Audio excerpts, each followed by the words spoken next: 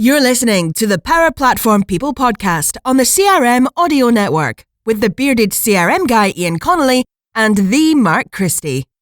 The guys will take you on a journey of the Power Platform community. Here we go. Thanks for listening. Remember to subscribe to the podcast with your favourite app and check out crm.audio for information on all the other shows on the network. Hello and welcome to this episode of the Power Platform podcast with myself, the bearded CRM guy. Bearded CRM guy? Whoa, I went old school there, didn't I? Bearded 365 guy and the Mark Christie. How are you today? I'm all right. I mean, the fact that you're still Dynamics 365, this is probably the podcast that you need to listen to get your place up to speed. That is true, isn't it? There's been a bit of a community formed or something happening in Scotland anyway. You get an email recently about the Virtual Power Group, VPG. Yes. So we have the founders of that with us today. I mean, to be fair, this isn't even our podcast. This is a hostile takeover by Claire. So if you don't know Claire, you can hear her there laughing in the background, but Mark's 100% right. It is actually like guerrilla style marketing warfare from them where she's came and take over this with the rest of her posse. So we've got David Stewart, Billy Lyle, Claire Carmichael obviously, Rhys Campbell, Paddy Byrne and David Small. And David Small can't be here this evening, but the rest of the guys are here. Which is still quite a few, frankly. Yeah. So for everyone who doesn't know you guys, let's just do a little round table. We'll start with Mr. Lyle. Hi, Billy here, founder of Redspire and been working in the Scottish community for the last, longer than I want to really think about now. Probably like 20 years almost coming on now. That's not showing your age there at all, is it? Oh. David? I'm David Stewart. I have been working with Microsoft Dynamics since 2008, which feels like a very long time, long in the tooth. And now I'm one of the lead architects working with one of the large Scottish banks on Dynamics and Power Platform and all that good stuff. Awesome. Who else we got? We've got Rhys. Hi, Rhys Campbell. I've been working with Dynamics since 2010 through administration, support, tech support, developer, consultant, you name it, I've done it pretty much. Now working with a partner actually based in Ireland, but working from home here in Scotland. You're very on brand with your polo shirt. I know it's a great visual for a podcast, but yeah, I mean that is Rhys's marketing strategy. I'm quite worried. It's such a comfortable polo. Yeah. To be fair, yesterday I was wearing the Scottish Summit one, so. See, the real proper ones, that's good. I like that. You can't prove that though. Like he's talking about something there that he can't actually back up in any way whatsoever, unless he's got a photograph with a newspaper with the date on it. Then that's pointless in a podcast, especially, right? I could join up and I just like want to bed every night. Yeah. You win the spare water bottle we've got left, Billy. It's all yours. Right, so moving on quickly, we've got Paddy. Yeah.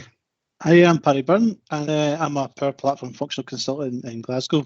I started working with Dynamics in 2009, and I suppose I could call myself as a citizen developer before the phrase was coined. I was a user and just started playing about and messing about, solving some small problems, and just took it from there, really, and did it ever since. Cool. Awesome. We don't really care about Claire. We didn't care about Claire. I mean, she's getting enough airtime anyway. So. I was going to say, carry on. Aye, so let's hand over to the compere for the call, right? Yes. Compere Carmichael. That's me. I'm totally going to get you a name badge for that. No, I'd take that. I would take that. So thank you so much for having us on. As much as I have clearly said, hey guys, got this thing. Can you let me steal your podcast for a couple hours?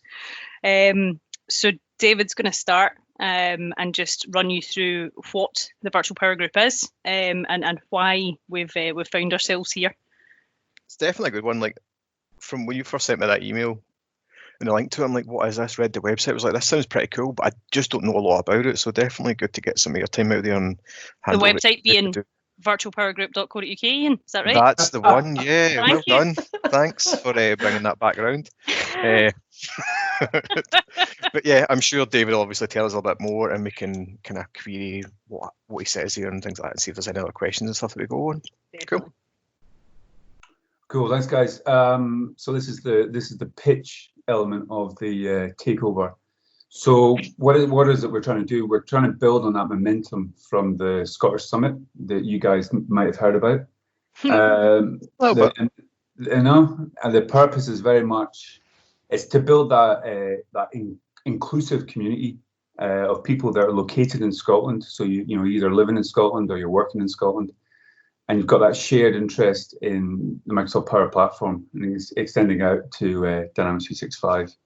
And it's all about being inclusive. So the people could be seasoned pros that remember when C# plugins were called callouts, or people that are on a career break or that are new to technology and are wanting to come in, and they're looking for a platform that allows them to build line of business applications. So male, female, young, old, we're not fussy. But as long as you've got that interest in the Power Platform proposition, and it's kind of piqued your interest and you want to find out more.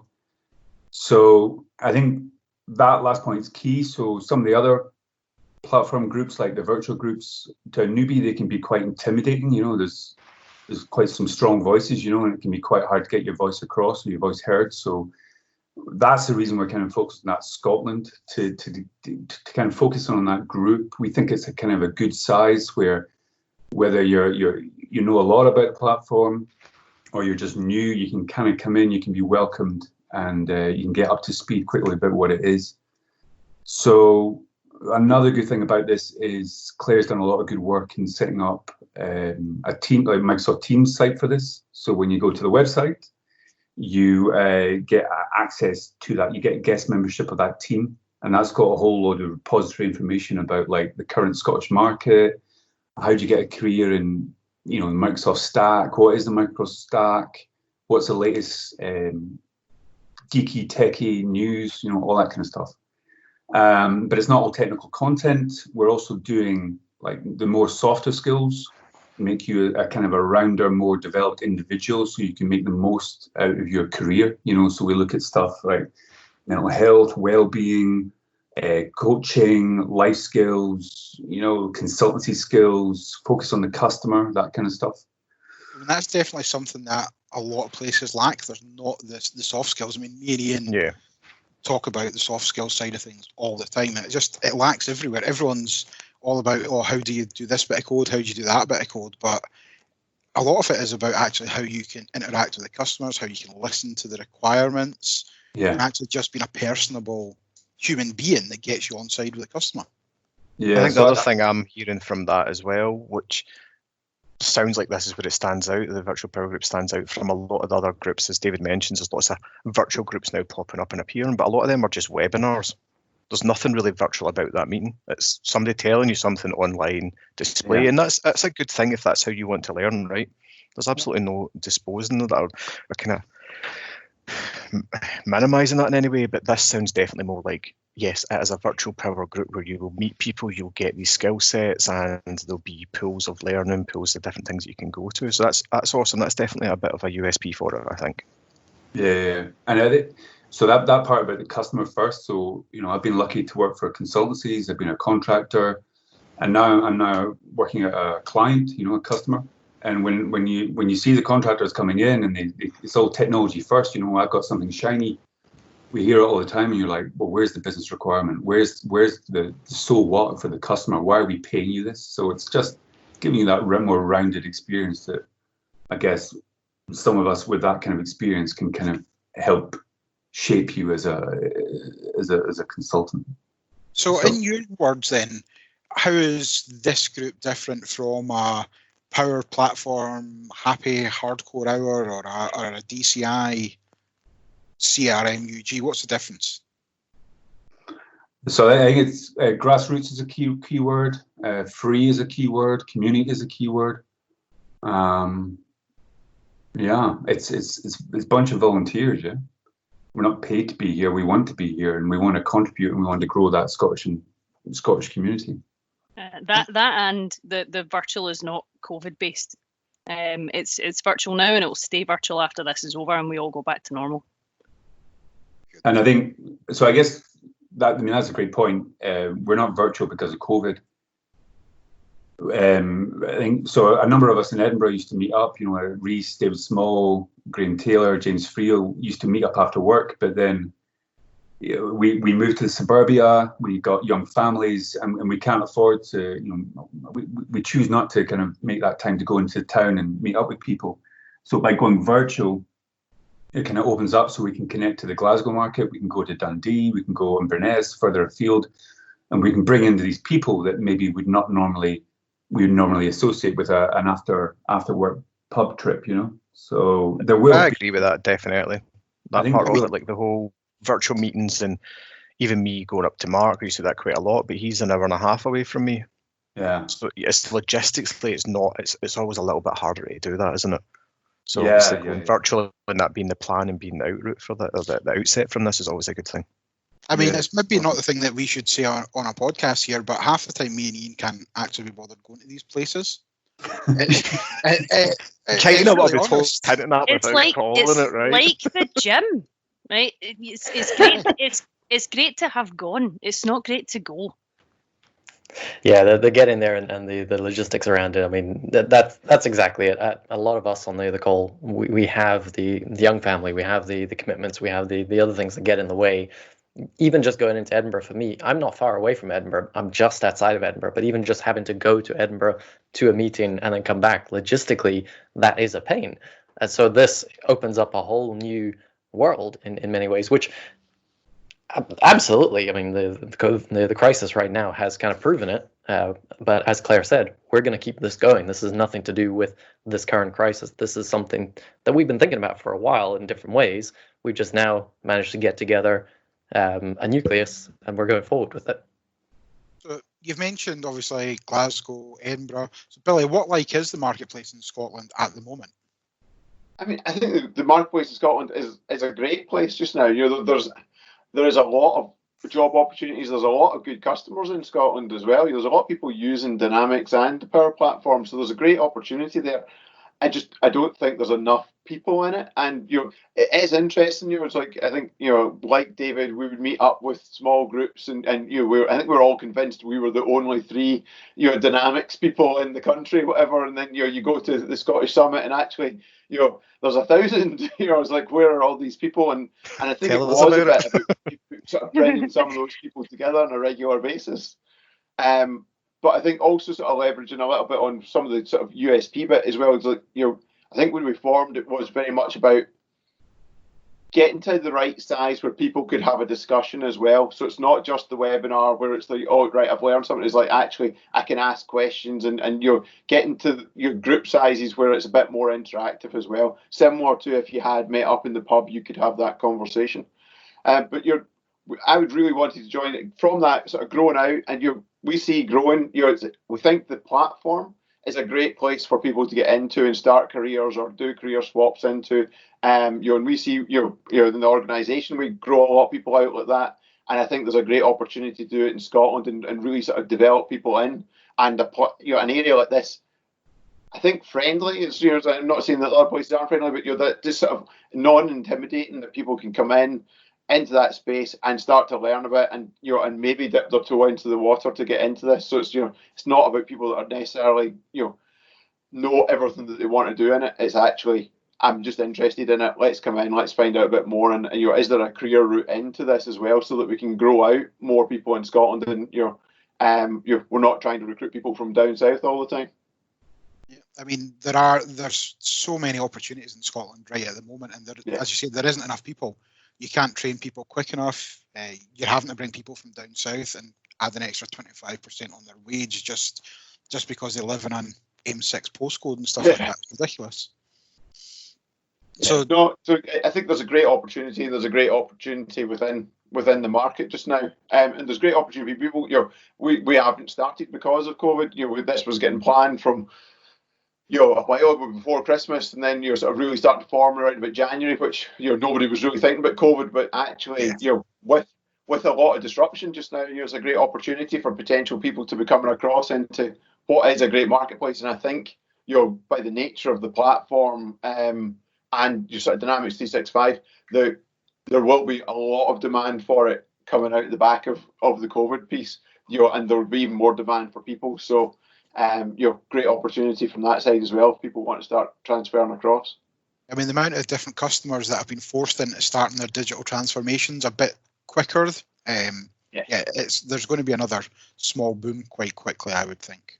I think I got the message. I think probably everybody's seen about. It's like, what started your digital transformation? Was it your CEO, your CTO, or COVID-19? I've not seen that one yet, but that's 100%. It kind of makes me think about, like, I think back in New York when there was the floods, a lot of the financial district and stuff like that obviously get seriously flooded, and they all worked from home. And a lot of them have never returned to that area of London because the businesses suddenly realised, actually, we were forced to allow them to work from home, that we had to set it up working from home, and we realised that we can do it. So there's a lot of kind of cost saving there, as well as that whole element of big changes, big digital transformations getting forced into it. The fear's no longer there because it can't be. Yeah. Our CEO today was saying that COVID's brought forward our location strategy 5 years, because people before were saying, no, we can't work from home in my role. So I think, it's definitely a transformation going on. Yeah. So do you think then, Rhys, that there's a career path for people by joining the group? Yeah, so a big part of what we're doing, as David was saying earlier, is we're trying to grow from the grassroots. We're trying to get people into Dynamics and Power Platform that maybe don't know about it, that maybe have been introduced to it from some other passionate person. And we're trying to grow that within Scotland, especially. So a big part of that is we're going to be trying to get companies and partners and others that have an interest in hiring people within Dynamics and Power Platform to actually be posting their ads within our group. That's one of the key strands of what we're trying to do, is we're trying to actually get people into the jobs within Scotland, show them that they exist, show them who out there is actually using Dynamics, who out there is actually using Power Platform, because a lot of that, especially if you're new to it, or maybe you just don't pay attention to it, you don't know. I mean, David mentioned it before. We used to meet up in a pub in Edinburgh, and a big part of what I got out of that was them talking about all the various partners and other things and other companies that were working in Scotland I didn't even know had Dynamics. It was, I honestly thought there was like 3 partners and that was it. So that's something we want to try and promote and really get across, that actually there is a marketplace here. It's not just in Edinburgh, it's not just in Glasgow, it's in Aberdeen, it's in lots of other places, and we want to bring that to the surface. So just on that, Perth. Obviously, just not Perth. So job agencies and boards and stuff like that as well normally have charges to them. As David said at the top of the call, this is all free. That the same with the job adverts and things like that as well, to obviously kind of try and get more businesses to show on there. There's no recruitment cost element, there's no finder's fees and stuff like that, or is that part of the strategy? We don't have an interest in charging at this point. Maybe in the future there might be some nominal fee or something to cover costs if needed, but that's not our interest. Our interest is trying to grow from the grassroots. We're trying to get people into it. We're trying to get companies to get more people into it, because really a lot of the companies in Scotland, as certainly my experience so far has been, they've had to go to recruiters, and recruiters slap on extra fees on top of everything else, so it becomes cost prohibitive. And I mean, recruiters have their place, but at the same time, you don't necessarily have to have them there. So if we can surface the companies and the partners that are actually working in this space, then you don't need to go through the recruiter side of things. Cool. I mean, recruiters can be the difference between 5 and 10 grand on your salary. Yeah, absolutely. Well, so you think about a partner that we worked at before, Mark, where they would give you a finder's fee if you got somebody else into a chargeable role. It was quite a hefty reward they gave you for it, but that was still saving them about 50 to 80% of what they would have paid you. Yeah, for direct for the agency fees and stuff like that. So yeah, definitely can make a difference. Mm-hmm. So how's the training side of things going to work then? Obviously, you want to develop people and get them training, get them learning new things. How's that going to work? Yeah, so one of the things that I feel quite passionately about is inclusivity.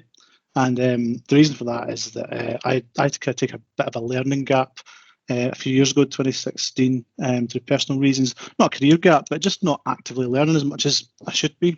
And I one of the things that I found once I got started at the community. It was around the kind of D365 Saturday event that I got involved in the community.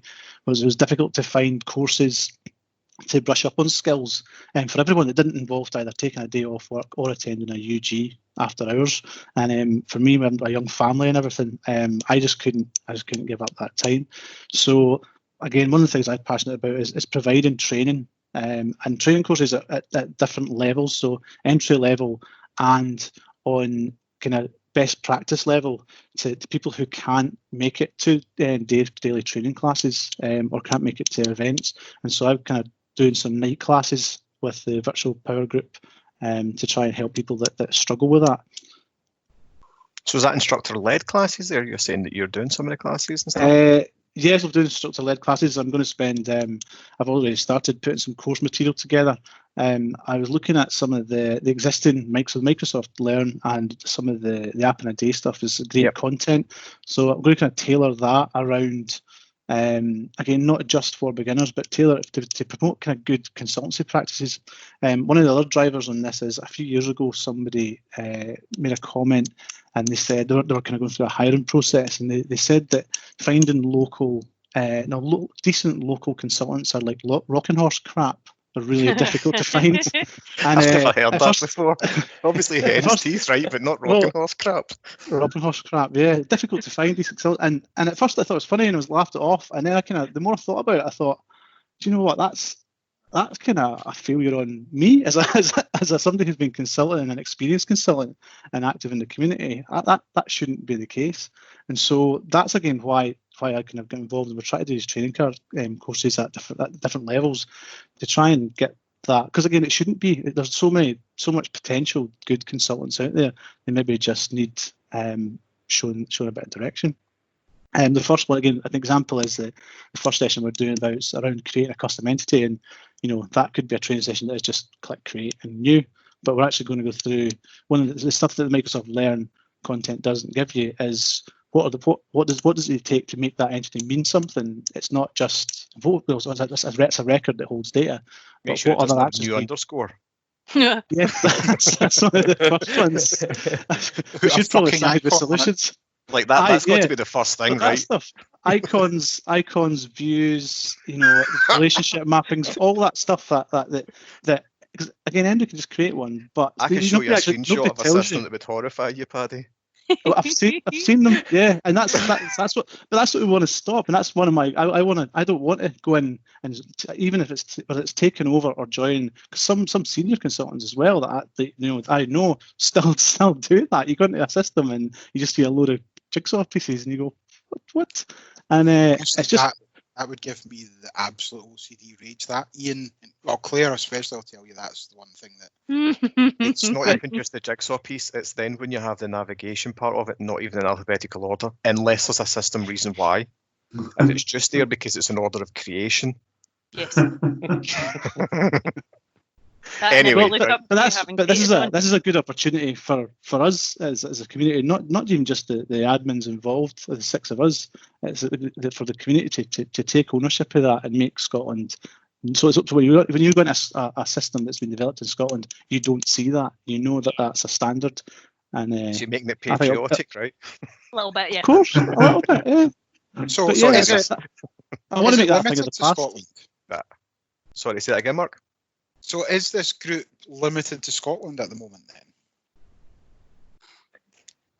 then? We haven't got an answer to it, to be honest. We have not limited to Scotland, but obviously that is the main focus at the moment. But do you see it expanding in the future? I mean, where is the line Berwick or is the line Carlisle? Newcastle. So you're absolutely right. It's not limited to Scotland, and we are wanting to be inclusive, but it's very much going to be focused on the Scottish market, the Scottish companies, the Scottish opportunities, the people that are hiring, the people that are working here. So you don't necessarily have to live here. You could be living down in London, but you're coming up here to work on a client site in Scotland, and you want to know who's in the area.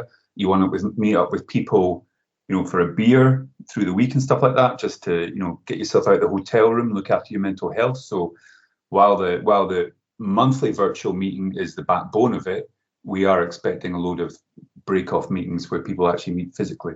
So Yeah, So, and I mean, no limitations. there's not really limitations. And in terms of we also are absolutely open to other people across the world, or the whole of the UK, anyone else that wants to help us with our goal of trying to further the Scottish community. So, I mean, they by all means, anyone can join if they want to help us progress that. But it definitely is a focus on Scotland. So do you see it then as a model that you could potentially roll out further? So if somebody in Canada or somewhere anywhere else wanted to kind of lift this business model, business model, let's call it that, lift and shift that to some extent so they can have something that's centric for their communities and areas, obviously having a relationship, of course, but is that something you see potentially from this from a growth perspective? Me and David try not to make eye contact to decide who's going to answer the question. Funny watching you, right? I don't see why not. I certainly feel like it is going to really bring something to the community. And so if it's something that other areas around the world think that they would get value from, I'd absolutely I would wholeheartedly encourage it. I think if we can prove in Scotland that we can create a community that's at the right size, that it sort of splits into the right size groups, that you can have that sort of easy access to sort of people that you need to learn from, and you put learning in there, and you'll keep the sizes right, that people aren't intimidated to ask questions, and it's not just that we've all become MVPs and there's the MVP show somewhere along the line, that it is that community piece. Then why wouldn't you try and promote we would advocate it to anyone else, and if they want to follow the same model, then why not? That's really good to hear. I think for me, the big thing as well is the cross-pollination, as you kind of hit on a little bit there as well, where it's everybody from everywhere. You don't necessarily need to be a CRM consultant or a CE consultant or whatever you want to call yourself. You could be F&O, you could be BC, you could be anything. Obviously in Scotland, there's a financial market, obviously, and there's the kind of construction industry and things like that as well, the whole ERP market. So there's a massive broad spectrum there that can definitely learn from something like this. And crucially from each other, I think is the really key bit. We have to get out of those silos and start talking to one another about those technologies. So obviously, Paddy, you've got your piece around knowledge share between you and SharePoint consultants now that we're using common tools. I think the key is that we all have to work on sharing that knowledge across all of those technologies now, and sharing those consultancy skills across those technologies. I think a quote from Ben Vollmer that he said at one point I was chatting to him, and it was about don't get version locked, and that was just a CRM specific. Yeah. But it fits here as well. Don't get version locked into your silo. Correct. You can't do it. You can't afford to do that in today's marketplace. There's so much to do, and because we're talking quite a lot about technology, but I'm kind of in this from my main role day to day is sales. And there are other career paths that are associated to the technologies. So you've got pre-sales, you've got sales, you've got change management and things like that. And we need to bring some of these guys in. And there's a lot of cross skilling. In making that sort of rounded consultant piece. Being able to cover some of those other areas as well. It's a very valid point, massively valid point actually. Like we're all consultants in our own right and stuff, and we'll have a little bit of BA or change management or some sort of background, but they're all massive individual pieces themselves. Yeah, 100%. Yeah, and I mean, there's also different avenues into the market. I mean, none of us set out to actually go and become Dynamics consultants. We've kind of fallen into it. Has everyone ever? Well, we spoke about this in a whole podcast series. Like when we first started the podcast, we had a massive piece asking people what their story was. Yeah. And there wasn't one person that could turn around and say, I wanted to be a CRM consultant. I wanted to work in Dynamics. Everybody fell into it by the kind of unfortunate admin. They ended up in a position where they were like, oh my word, I'm now in charge of this because I know what a mouse is. I know IT, so therefore CRM is yours. Yep, that's almost entirely my story. I mean, absolutely tech support and admin, and that kind of got me into the platform. And this will hopefully give a place for someone maybe is doing tech support or maybe is just doing even IT support, just any kind of IT. They might fall into this in some way because maybe they've come across Dynamics in their company or someone has talked about it and then they've said, oh, actually, there's this community, go and speak to them. And then they get involved in the training, they learn a bit, and then they can get a job through the careers. That's what I see out of this. That's the focus for us really is that grassroots from wherever they're coming from. Whether it be, I mean, maybe they're a PHP developer, maybe they want to branch out a bit, maybe they want to learn a bit more. It's that cross-pollination even between different technologies, not even the Microsoft stack. It's really important to do that, because it's also about sharing the ideas between it all. Because PHP developers have totally different ideas to C# developers, to Node JavaScript developers. It's good to get lots of different opinions on the whole thing. And we can let some Salesforce developers see the light as well. Now they're barred. How about Sugar CRM? Oh, now you're pushing it. So, Claire, how are you going to put all this together? So, obviously, way back, we mentioned the website. That's probably your best starting position. There you can enter a kind of high-level set of information, and that will pretty much instantaneously get you access to the Teams environment. Hosting it in Teams, we've got access to the careers board that's been mentioned, the kind of notice posts that we've mentioned throughout.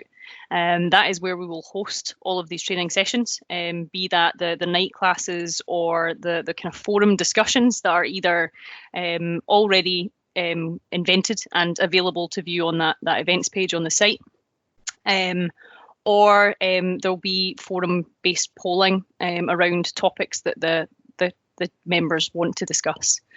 I think the first one of that is up now, looking for feedback from the members on what they want to cover. What we've talked a lot about this evening is the way that having all of those people in that Teams environment together allows them to take part in that forum discussion, take part in those events, but also just one-to-one chat to one another, so they can ask questions quietly, or they can ask questions loudly. And I think the inclusivity component here is making sure that we have somewhere that those introverts can actually thrive. Not that I am one, but I've heard that they exist and they should be catered to. So between between the forum discussions and the night classes, the team's still there, and it's always there, so that as and when, be they the end user lone wolf IT support person, or just one of us who's hit a wall where normally some of us would hit a WhatsApp group. Ideally, we start to actually post that out to the forum, so that not only does the question get answered, but that someone sees the question and then they get to see the answer. So that we're really sharing that knowledge at every single stage. We will be on Twitter and I don't know how to pronounce this, because I'm going to try it, right, and you can edit it out afterwards. It's at Virtual Power Group. There is no editing in audio. It's at Virtual Power Group, but that's too many letters. So it's just like at Virtual Power Group, like GRP. Would that make it a little bit easier for everyone? So virtual power is spelled properly, yep. And group is just as in an abbreviation, GRP. Like it was a shared GRP. Yeah. Like, I mean, how would you even pronounce that? It's fine written down, but it sounds weird out my mouth. Group. It sounds like you've had like some sort of indigestion going on, yeah. Group. Yeah. Sounds like the kind of idea where you get that face-to-face meeting and you have a few pints and then you end up talking about virtual power group. That's the one. Yeah. So fundamentally, that's what we're looking at. Go into that site, you can see that events library and what is available there.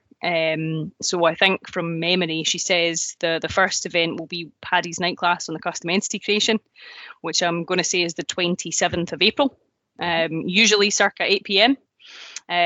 Immediately following that, the first of the monthly forum discussion meetings being the 28th of April. The next one's falling into the start of May. That 28th of April event is going to be on Power Virtual Agent and Omnichannel Engagement Hub. So perfect solution to this COVID-19 crisis application. So I think what I would recommend is going and having a little look at the site, seeing what's there, seeing if it is for you. And as I say, there's a sign up page there that you can just fill in that form, and you'll be in no time. I think definitely. The key bit there is that. Sorry, I think a key bit there is just that it is a community element. So absolutely, we've put some things up there, we've lined up some things, but absolutely we're looking for people to join in. So anybody that's working on something interesting, submit it as an idea, and let's get it up there. So you've got that combination of some of the training stuff coming through from Paddy, but you've also got what are just the funky things that we're doing out there, across the community, so that everybody's contributing. Even if that's just a part of developing some of your skills, that you might want to run one of these, you've not done them before. It's a safe environment to come and do these things. So we're really asking people to come out and just start to submit ideas and see how we could bring that forward. It's a good thing to call out there that it's a safe environment, no matter what you are or who you are or where you are. Yeah. That safe environment is definitely going to be key for anybody, whether you're seasoned or not. Yeah, when the conference circuit kicks off again, after lockdown, if somebody's wanting to bring along a paper, a slide or something that they want to do a dry run through in a safe environment, they can do that there, or other things that we've got up is what are you working on, who are you, and what are you working on, that's decent. Make you accountable as well, put it out there, and then you've got a challenge and something to aim for. I like that. Yeah.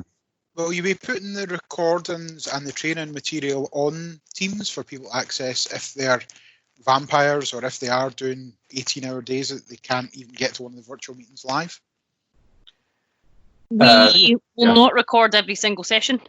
We are going to sort of take a view on that. I think, frankly, having called out the introverts and making it a safe space, not every forum discussion will be recorded, to encourage those people to take part and not have the fear that it's going to be on the internet and therefore available forever.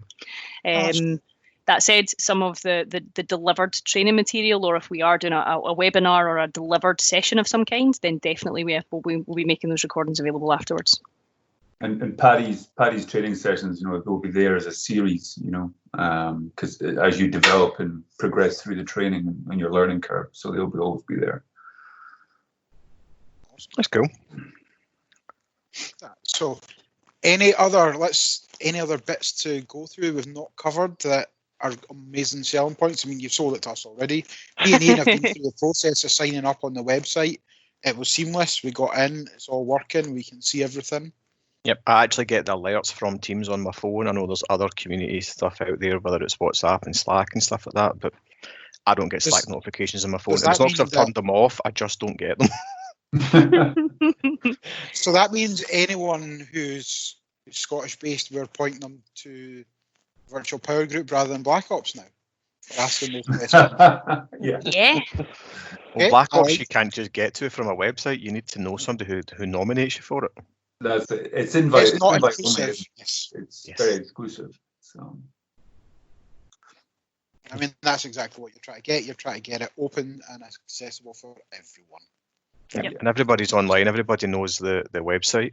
Well, if they don't know the website, they will by the end of this, because it's Virtual Power Group, and that's group spelled in its full entirety, not an abbreviation for Twitter, but virtualpowergroup.co.uk. And we'll keep that identifier changing per channel just to keep people guessing. Yeah?